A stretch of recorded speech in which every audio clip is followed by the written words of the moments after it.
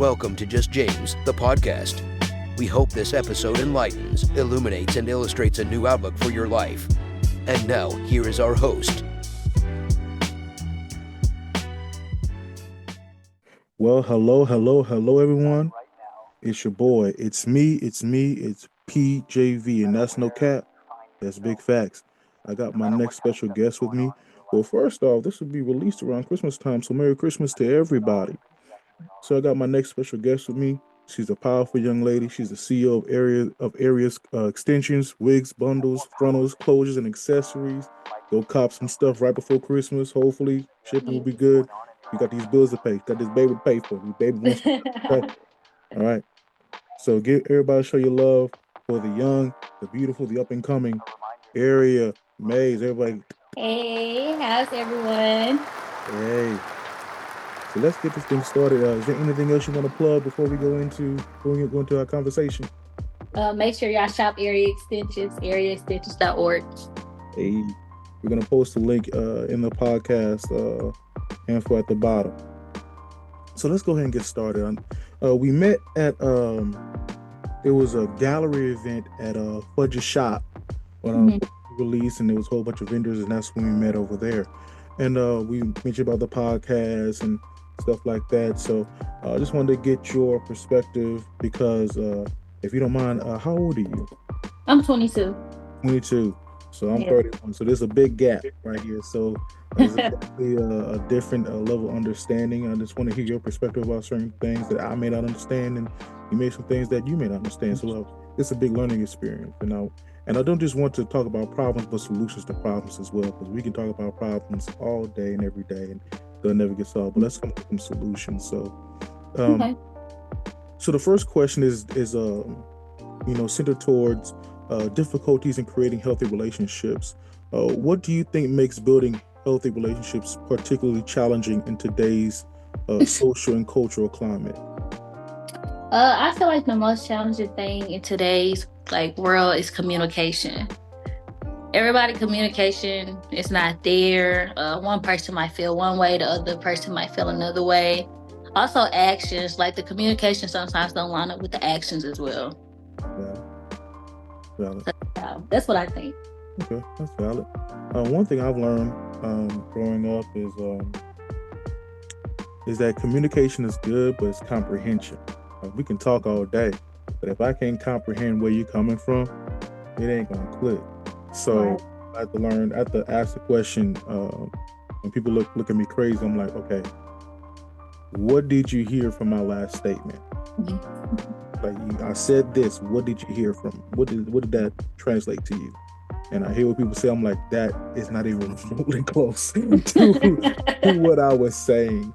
So communication is definitely a thing in action to respond, but that comprehension, some people just don't get it. You're just trying to educate them, you just look at them like, how did you make this far? Well, by the grace of God, hallelujah. Yeah. as a old folks would say, bless his heart, bless your heart, honey. Yeah, they'll realize one day. Yeah, hey, somebody. So continuing on, how has social media and dating apps impacted the way young people form connections, and what are some ways to navigate these platforms wisely, in your opinion? Dating wise with the social media, it actually kind of sped it up a little bit. People think they got so many options because there's so many people coming at them because it's social media. You can literally text anybody when you get ready. So I feel like they kind of messed it up a little bit. But also, it works out for some people. It worked out for me. So Yeah, I can definitely see that. I think it's more difficult for older people trying to go into the dating scene. It's weird kind of see people like our parents' age, go and sit down somewhere. Yeah. Okay. That age group is definitely different. It's so different. And definitely social media. I think social media has inflated a lot of egos and made people think that there's something that they're not. And we've used it as a form of self-validation, and it's okay, you can be one thing on Facebook, on Instagram, on TikTok, but at home you're completely different. You're projecting a lifestyle you can't even maintain. So it's like, if you really see him, it's like, You're not doing that. man, you looking real sus right now, bro. Like, oh, you're scamming. That's what you're doing. That's what it is. Okay. That's why you. Okay, cool. It makes sense now. It makes sense. The math is mathing now. First it wasn't mathing. Now it's mathing. So, continuing on, what role does family upbringing and societal expectations play in the shaping of relationships we pursue or avoid? Like, how does that dynamic fit in how we facilitate relationships, in your opinion? Like basically saying like your family having a say so in your relationship. More or less like your family upbringing, what you were taught, your environment. Oh, that definitely matters. I didn't realize that till my age now. I'm just now learning that this year. It plays a big part, especially like if you don't have your mom in your life, or if a man didn't have his father in his life, he's raised by a single mother. Getting raised by a single mother, it can lead to a good thing or a bad thing. And 9 times I've seen it's pretty bad because they don't really grow into the men they're supposed to be because they never had a father figure. Mm-hmm. And then otherwise, like how people raise their kids, some people, gentle parenting versus hard parenting. I'm hard parenting. I don't want nobody gentle parenting because when you get out in the real world, nobody's going to be gentle with you. They're going to be hard. So, just to stay on that, it just depends on who you end up with and what y'all agree on. Right. For me, I grew up a 2-parent household. Eventually, parents, one of them passed away about 3 years ago, and sorry to hear that. Yeah, no problem, thank you. But watching that dynamic, sometimes it was good, sometimes it was bad, and seeing others and watching others facilitate healthy relationships, I've come to a place in my life. It's like, if I'm not against dating someone that coming from a single parent, but it's like, hey, have you gone to therapy about it? Have you? No, like, we laughing, but that's serious. It's like there are some things you're gonna have to unlearn because you think that it's normal, and how I was brought up. You may have to challenge those things, and sometimes I feel like as a people we're not quick to challenge those things because we make it a part of us, and really it's a dysfunction. There's even some things within the 2-parent household that are dysfunction that you're gonna have to challenge. So you have to be willing to confront those things. But because a lot of people perceive their life as normal, and someone from the outside says like, nah, bruh, nah, sis, that ain't, no. And they take that person, it's like, no, you're not. Hey, bruh. Just give you a whole new outlook on life, my guy. Give you a whole new outlook on life, my sis. That's all. I ain't trying to shoot your mom and daddy down. It's just looking at some things and like. Yeah, I agree with you on that. Me personally, my parents split when I was 2, but like they was always in my life. Like I was just back and forth every day, so it really didn't affect me much, honestly. That's good. My son, like I said, me and my ex, we split about 2 years ago. So I'm very active. Matter of fact, yesterday I was at my son's Christmas thing for his school. So like he sees me all the time. He calls me all the time. So I have no issue with, he has no issue with seeing me. It's like sometimes we have a very healthy co-parenting relationship now. It took time, but yeah, definitely takes time. Yeah, it takes time. It takes time. How long? From experience, it comes from saying no matter what happened between us, our child deserves us and deserves access to us, and not just us, a healthier us. So will me and my ex back together? No, absolutely not. No. No. Just not right now. Never. That bridge is burnt. Oh, okay. That bridge is burnt.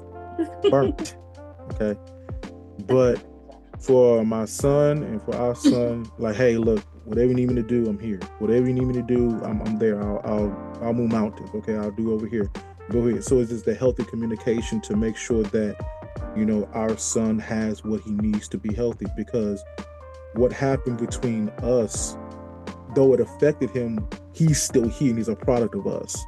And we have to get ourselves out the way, get our ego out the way, get our pride out the way, get the me. Be like, hey, he's here. Right. And he needs us at our best. So that if that means us keeping our mouth shut and addressing him and talking directly about his issues, and then you go your way and I go my way, that's all needs to happen. That's all need to happen. I don't even know who you're dating. The only reason why I need to know who you're dating is because I need to know who around my boy. And he's cool. But other than that, what y'all do. Just so long he ain't hurting you and hurting the boy, I don't care. I don't blame you. I guess I'm the same way, but I have a daughter, so it's definitely different. I don't want my daughter seeing like different men around me and stuff. So I try not to date like that. Like I talk to a guy, but like going on dates, you come to my house. Because I have a daughter, she's gonna look up to me. You know what I'm saying? Right. And that's the same thing for a man. The same thing for me. Like I have a son, so I have to be mindful of who I bring around my son. I don't want to be like, well, daddy had a whole bunch of women, just it was like, like, nah, that's not how you do things, Now, does daddy go on dates? Yeah, daddy go on dates, daddy goes out. But as I'm growing, I'm teaching you what to look for, what not to look for, what to entertain, what not to entertain, because I had to learn that not everybody's worth that time. That's true. And you have to be mindful of that. And sometimes you make mistakes. Sometimes you think somebody's the one, they're not. And sometimes you think somebody's not the one, they end up being that. So it's just the journey of life. Trying to find your way, navigate your way in a new terrain that's very unfamiliar. So I think that's the part of the whole journey, I guess. Yeah, just you live and you learn. Living and learning. So continuing on, what are some red flags you've learned to identify that signal a relationship might be toxic? You ain't gotta name no names. You ain't gotta name no names. You gotta name drop. You ain't gotta name drop. I'm not gonna name drop. But honestly, how he treats his mother? Like, how do you treat her? And like, are you respectful around your elders? And I'm real big on communication. I used to not be like that. Like, a man has to have communication, and you have to be persistent. And if not, then you gotta go. Like, if I realize you're not putting in the effort that I want you to put into me, then you just gotta go. That's valid. I think for me is, how is the woman's relationship with her father for me? Because how you treat your father is how you gonna treat me. Yeah. Like, if you yelling and snapping at him, I'm like, first off, what you not gonna do? What you not gonna do is punish me because your daddy didn't do his job. Okay, that's what you're not gonna do. And I don't think a man should punish a woman because his mama didn't do her job. Like that's not their problem. So you need to. That's between you, Jesus, and an altar, and you need to go fix that. And actually, you, Jesus, an altar, and a therapist. Y'all need to go talk about that and handle that over there. Now, I'll support you in your process, but I'm not going to be your punching bag for that. You have to go do your work. Okay, I agree with you. Do it over there. Over there. Not here. Now, you get loved on, you get hugs, you get affirmation, but the work that you're doing, do it over there. Can you share any strategies or practices that has helped you break free from toxic relationships and heal afterward? Yes. Let it out. The girls know what I mean by let it out. All that built up frustration and like, let it out. Just, you're gonna feel crazy, you're gonna feel insane. But like, once you let it out, then pray to God and then move on.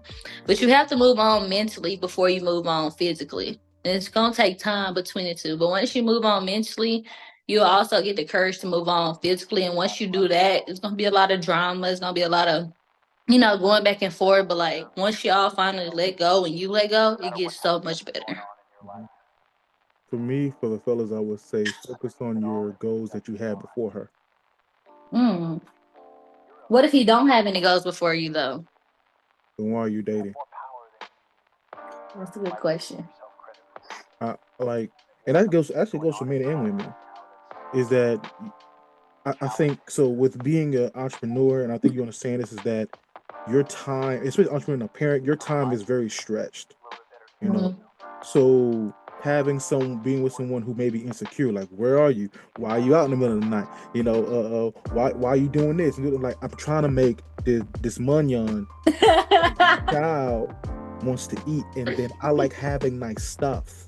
Exactly. And these lights gotta be turned on, and I'm clocking into this 9 to 5 that I really don't enjoy. So I know I gotta push it when I'm off to make it work.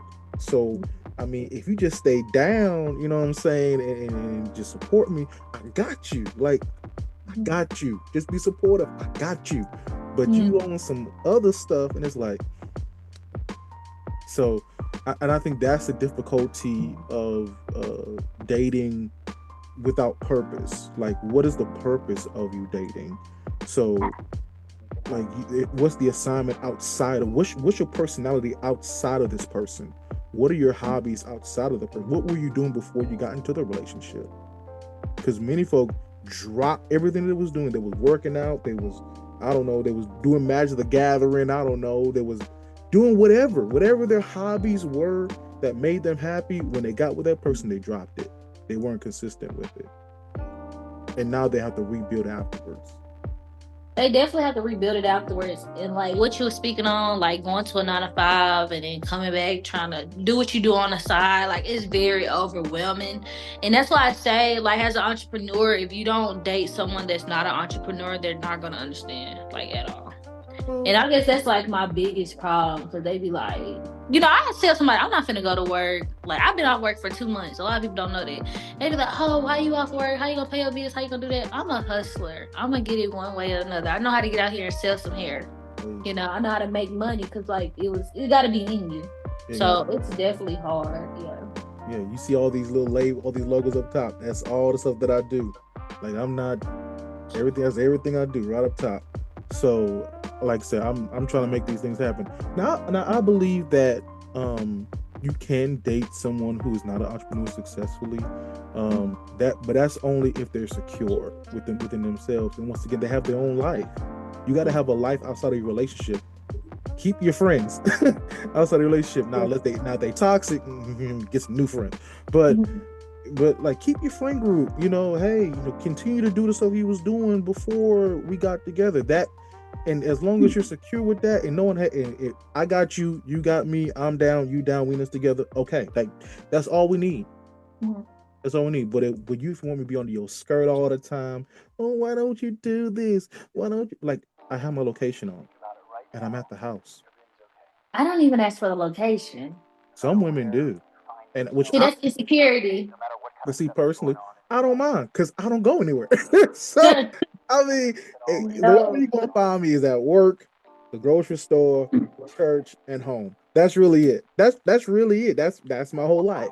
Now, if I'm out and about traveling, whatever, is most likely I'm out with my son, or I'm out doing ministry, or I'm out doing business stuff. That's really it. That's it. So. Right. I have no problem with sharing my location, because some people need that form of security and knowing where their partner is. Percy, I wouldn't recommend. But it's the whole thing of like, ooh, what about this? And you have my location, like, you know where I'm at. See, but it gets to the point where she'll try to, get your schedule down pat, and then say you 5 minutes off, and then she gets tripping about, okay, what are you doing between these 5 minutes? I don't. Maybe Huntsville traffic is stupid, okay? Yeah, that's I don't believe that. So I don't recommend sharing locations. Like, if a guy wanted my location, I would give it to him. But if you see me at somebody's house and you ask where I'm at, I'm going to tell you. Really? Wow. So that's the first, because it's someone like, I want that location. So you don't want to say that you don't want the location. So yeah, so how has that worked for you in relationships? Because, like I said, it's a different thing, I've personally dealt with being in a relationship and sharing life 360. So when my phone was going dead, it got bad. It wasn't even the location part; it was the phone being dead. So I just don't recommend it. Okay, that's new. That's new, because a lot of women your age, I want to know your location. I don't know where your mama at. They want to know. I'm like they're the CIA. Like, hold on, wait a minute. See, but I will pull up if I feel like something's off, because you're gonna get that good feeling. I'm going to pull up. I don't even have to know where you at. I know your top 3 spots. We're good. I can pull up. You pull up either one of them. And this Yeah. won't be in the house. Behind this desk. Like, Yeah, that's about it. you know, so yeah, yeah, some people really want, to keep tabs for security reasons, which I understand because stuff be happening. It's 2024 going to 2025. Look, stuff be happening. It's crazy out here. So I'm like, I understand. So yeah, whatever. But there are some people that's like very insecure. And I'm like, all right, if that's what you need to help you feel secure, okay, cool. I don't do nothing anyway. So I can see it from that point of view. Yeah. So continuing on, what advice would you give to someone who feels stuck in an unhealthy relationship but is afraid to leave? Pray every single day till you get out. That's about it with that one. Because what else are you gonna do? You're gonna stay there, keep feeling bad, feeling like it's gonna keep getting toxic until like God's gonna get it to a point where it's so bad that you have no choice but to lean on Him, and then start praying, and then He'll help you get out. And then once you get out, the devil gonna try to come in and tempt you to go back, but you can't go back. Right. Yeah, that was my personal experience. My advice for someone who feels stuck in an unhealthy relationship, tell them where you are. Like, I'm not happy with this. I don't want this anymore. I feel like you've been unhappy for years and they continue on because they're used to where they are and just complain all day. And some people that I know that are like that, and eventually come to a point where I'm like, okay, now shut up. What are you gonna do now? Exactly. And I don't want to hear about I don't want to hear about this man no more. I don't want to hear about this girl no more. Stop talking to me about it. It's been about 3 months, and you told me everything this person did. When are you heading out? When I get tired. Like, you complaining all day, just complaining, and they not move. So obviously you like it there. Obviously you enjoy it. If you enjoy it, I'm tickle pink for you, my guy. I'm tickle pink for you, my girl. But if you complaining all day, don't torture yourself and him, or torture yourself and her. Don't do that. Don't do that to yourself. I mean, like you said, some people get comfortable and they're scared of change too. Because you get so attached to a person. So to detach from a person is like, that's big. Detaching from people is very hard. And it takes a lot of time. I understand. I got married at a very young age. Got divorced I got married in 2014. Yeah, I got married in 2014. Divorced in 2021. Yeah. 6 years. Yeah, 6 years. Been together total 10 years. So yeah, that's the majority of my like your age. I was pretty much getting married, and all of my 20s was in a marriage. So that whole detachment style and ending that, and I think, but I know the worst part of releasing a relationship is you have to let your expectations and your dreams for the relationship die. And that's another level of grief, because you built a whole life with them in your head. You built like 5, 10, 50, 5, 10, 20, 25, 50 years in your head. And when you look at it, it's like, it can't happen anymore. Like that. That's like crazy. That's devastating. I ain't gonna lie, it's devastating. Devastating. But it comes to a point where it's so toxic, and you're not happy, they're not happy, you're down, they're down. It's like, look, if you're not gonna change, I'm not gonna change. We're at an impasse. So let's just call it a day. Exactly. Let's just call it a day. You're not happy, I'm not happy, things are not changing, you're not changing, I'm not changing. You think you're right, I think you're wrong. I think I'm right, you think I'm wrong. So obviously there's no compromise here. At all. Compromise, obviously we don't trust each other. Trust is huge in a relationship too. If there's no trust, there's no relationship. And if we don't trust each other, what are we doing here? I guess most people hold on to stuff that they know been like dead, but they still hold on to it. I guess because they have like a little hope. Yeah, they be having hope in dead stuff, but then want to come to me talking about, oh, I'm scared of church. Bro, you go back to that man. Ah, Like, I don't want to go back to church. They don't like this. You go back to that man every time. love, okay, women, it's different. Once we love, we love. Like it's hard. Women are like, naturally emotional and love hard anyway. So leaving a man, it's not hard. I mean, it is hard. It's hard. For men, it's hard too. I don't believe it. Cause men just move like, okay, don't nothing bother us. That's the external. The Mhm. internal, we be dying on the inside. We be, bro, we on the verge of NBA YoungBoy crash out, D1 crash out, like for real. But we keep our composure because we don't want to make a fool of ourselves. Like we be wanting to crash out. Like from experience, crash out. Like, okay, like you are not gonna do this to me. Not me. We ride together, we die together. Bad boys for life. Like, welcome to you signed to death row, baby. You death row for life. They wasn't welcome to death row. Yeah. So yeah, look. I think that's a lot of reasons why a lot of men are the way they are in relationships now, because they were in love before. They did love someone hard, but someone didn't treat it right. And then what they saw a lot of the toxic dudes get all the love, all the attention. So it was like, okay, so toxicity gets attention. Toxicity gets the woman.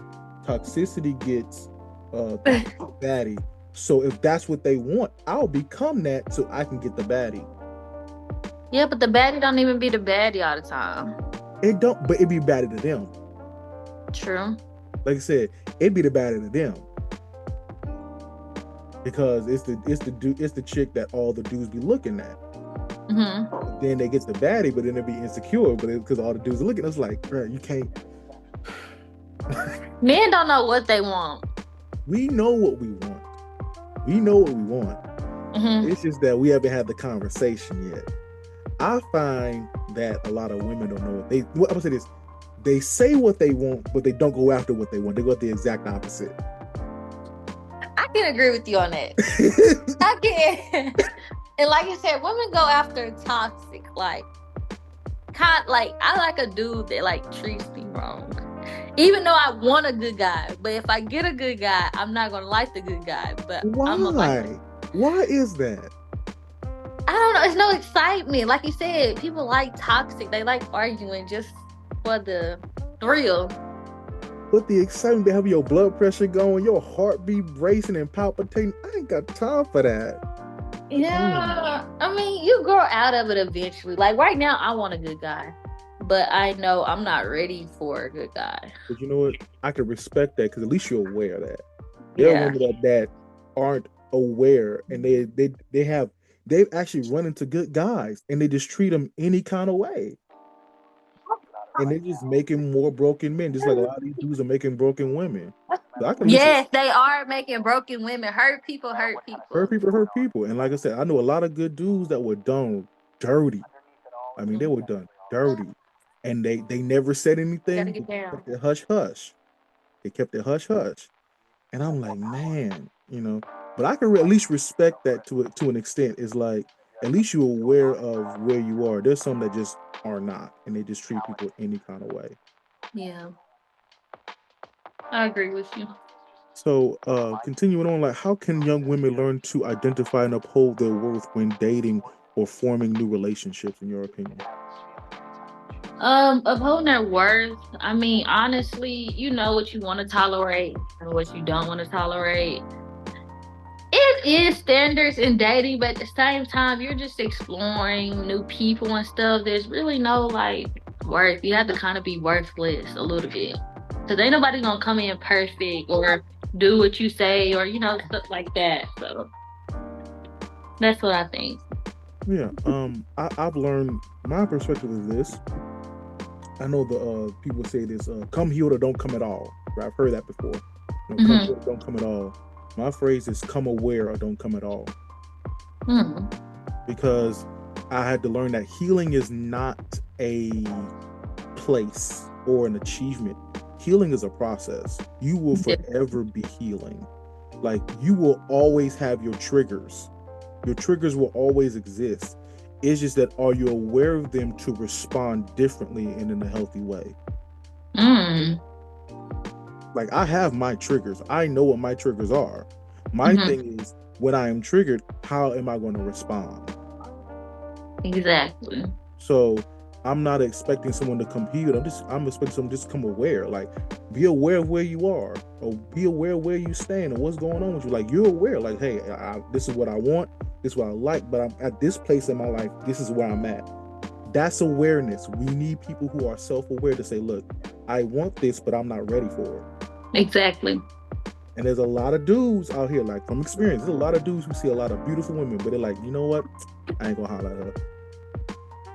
Because you don't want to waste her time. See, that's a real man. It's not even waste her time. We know there's people like it's out of that. At least we feel like she's out of our league. It's not about this money or clout. It's just like, we look at it like, that's a lot of maintenance. Yeah. That woman is high maintenance, and there's no shade to the high maintenance ladies. You know, high maintenance girlies. Hey, do y'all thing. But your boy over here, I'm on a budget. Okay, I'm on a budget. So I'm working on it. Okay, I'm working. Your boy grown. Just be patient with your boy. Okay. Right. Last question. What does not settling for less mean to you, and how do you stay committed to your standards while navigating modern relationships? That's a very good question. That is a very good question. How do I answer this? I don't want to say the wrong thing, but to navigate it, honestly, keeping up, I guess you'll know. I guess how a man approach you, you'll know what kind of guy he is, if that's even worth your time or not. Me personally, I think I know.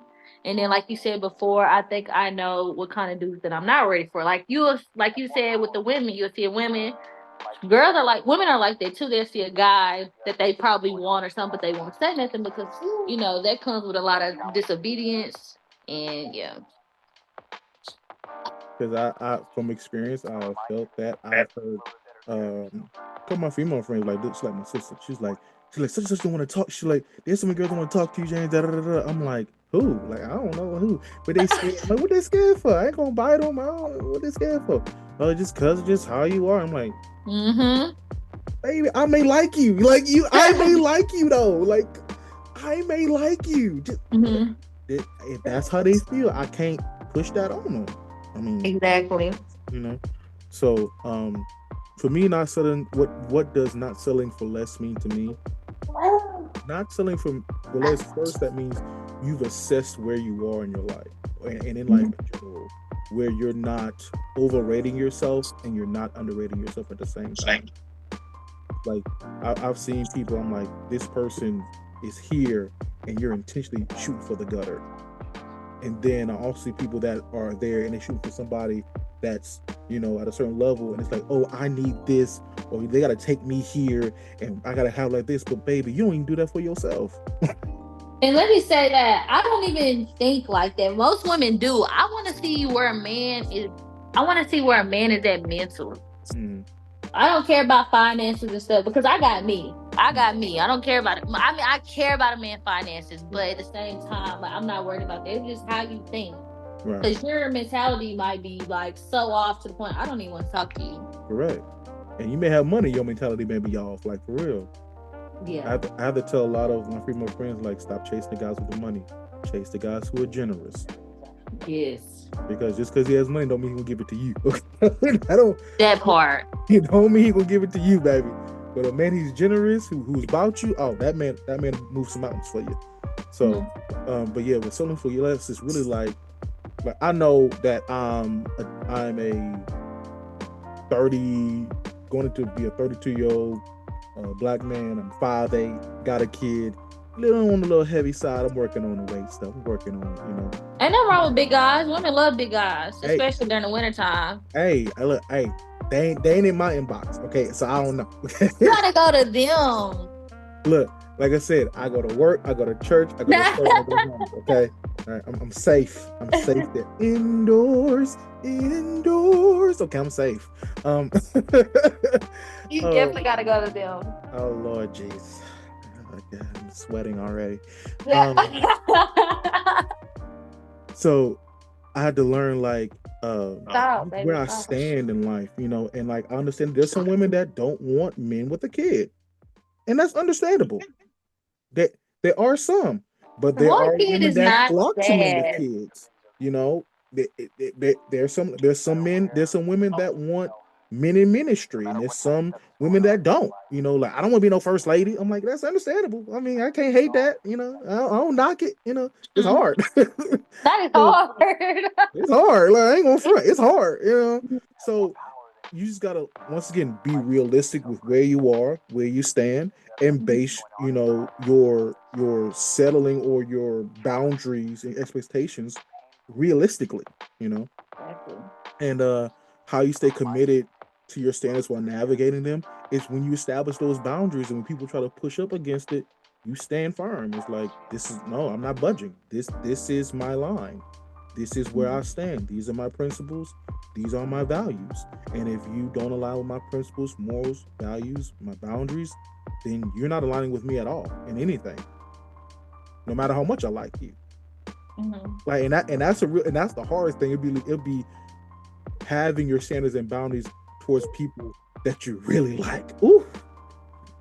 And then you be letting them slide. Like, you try to let them slide, but you be like, if I let you slide this time, I gotta continue to let you slide. But that's the only hard part. That's how when I get to liking a guy, I be like, God, I really like him. But it's in your will. If you feel like he's for me, let him be for me. But if not, get him gone. They be gone the next hour. I just be like, no time wasted. Okay, it is what it is. It was what it was. Move on. Next caller. He be taking this time with me. I'm like, she be lingering for like a few months, and then she go. I'm like, you should have taken it like yesterday. Yeah. But it's like so.